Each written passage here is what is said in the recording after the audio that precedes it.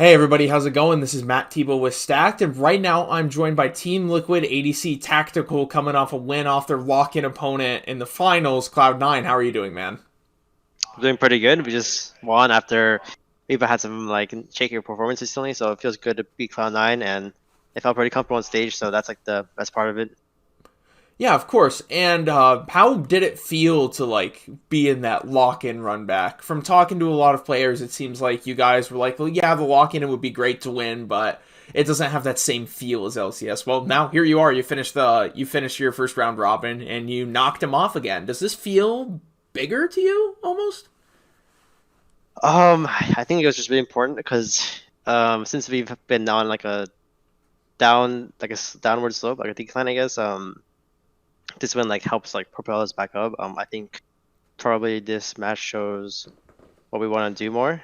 Because we have been doing a bit struggling a bit, so it feels pretty good. Yeah. Mm-hmm. And coming through the first round robin, you've had all this stuff. How do you feel about Team Liquid's progress from lock-in to now? Um, I think within like the last few days, our progress has been really going up really well. I think maybe from the earlier weeks of LCS, we didn't make as much progress as we thought, but recently it's been more productive. Yeah. Anything else? I thought you were gonna say something else. My Oh no, bad. sorry. I was thinking of something, but then I couldn't think of anything else to say. I feel that, man. Yeah. It do be like that sometimes. Yeah.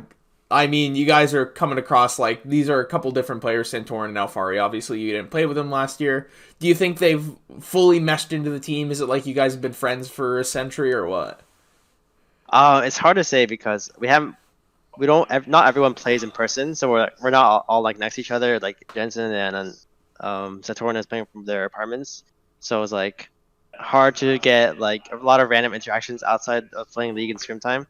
But I'd say we're pretty close. Like just chilling during the game. I mean, it's easy to talk to each other, whatnot, and yeah, it's been pretty just chill so far. Mm-hmm. Here are some juicy questions. Which team has surprised you the most from your first round robin? Let me take a look at the list. I can't remember all the teams top of my head right now. Probably, I'd say probably maybe 100 Thieves.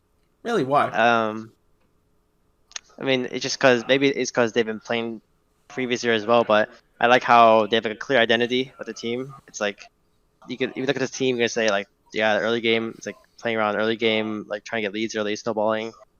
So I just like that they have a strong identity, and so far it's working well for them. Maybe not this weekend, but maybe they can pick it back up. And TSM has also been doing pretty good. They've been stepping it up a lot. Maybe they found their team identity as well, so maybe that's what they're doing well. Mm-hmm. And now, which player has surprised you the most? Which player?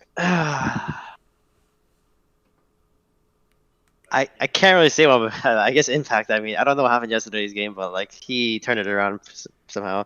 Um, yeah, I remember my thought process during the match with EG was there's like a certain roam where Impact dies at level 6 Camille, and I'm like, I think in my head, wow, this guy is so screwed in my head. And then the game, I wasn't really paying attention to the top side because I was focused on my little island bot lane, trying to just make sure I do everything properly. And then all of a sudden, it just feels like we couldn't win. Like all of a sudden, Nara wasn't screwed anymore. I'm like, wait a second, what happened here? And then I guess that was like my biggest surprise so far. Like given the circumstances and situation he was put in early game, I guess we messed up or something supposedly, and I'm like, wow, that was a really big throw or something.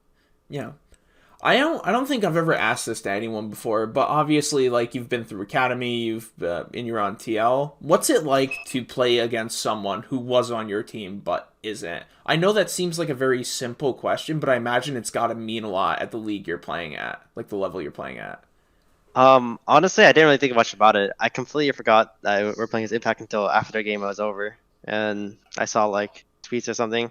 But for me, once I'm on the Rift, I kind of forget who I'm playing against. It's not like, oh my god, I'm against Impact. I want to kill this guy in top lane or something. Or when I'll play him, I just play the game normally, and whatever happens, happens.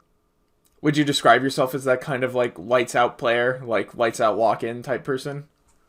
Yeah, I'd say if I'm really focused in a zone, I I play the game completely from an objective point of view. It's like I don't like make any rush decisions just because I'm against a certain team and player, or like I just keep doing what I think is best for the game.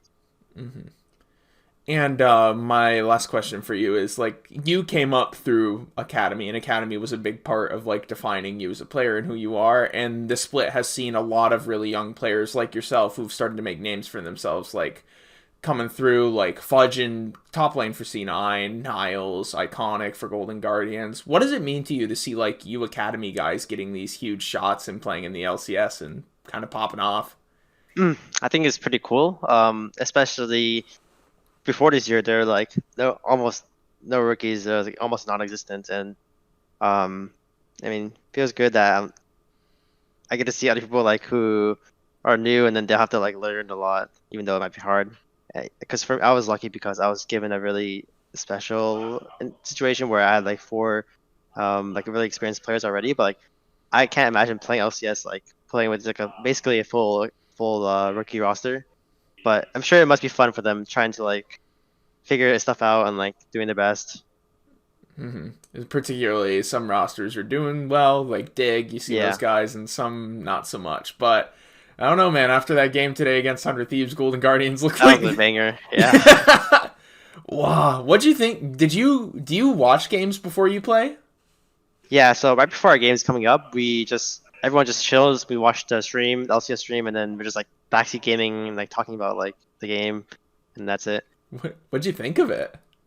Well, I couldn't believe it that the game was that long. It was just like it was just complete banger. Like, Yeah, for sure, man. Once again, we have Team Liquid ADC Tactical coming in after their win in the first round robin, coming to a close. My name's Matt Tebow with Stacked. You can find us online at stack.gg, and you can follow us on our socials at StackedLOL. Tactical, man, thanks for taking the ride to come along. If you're watching this on YouTube, please subscribe. It helps us out a lot. Tactical, good luck to you in the future, man. thank you, man.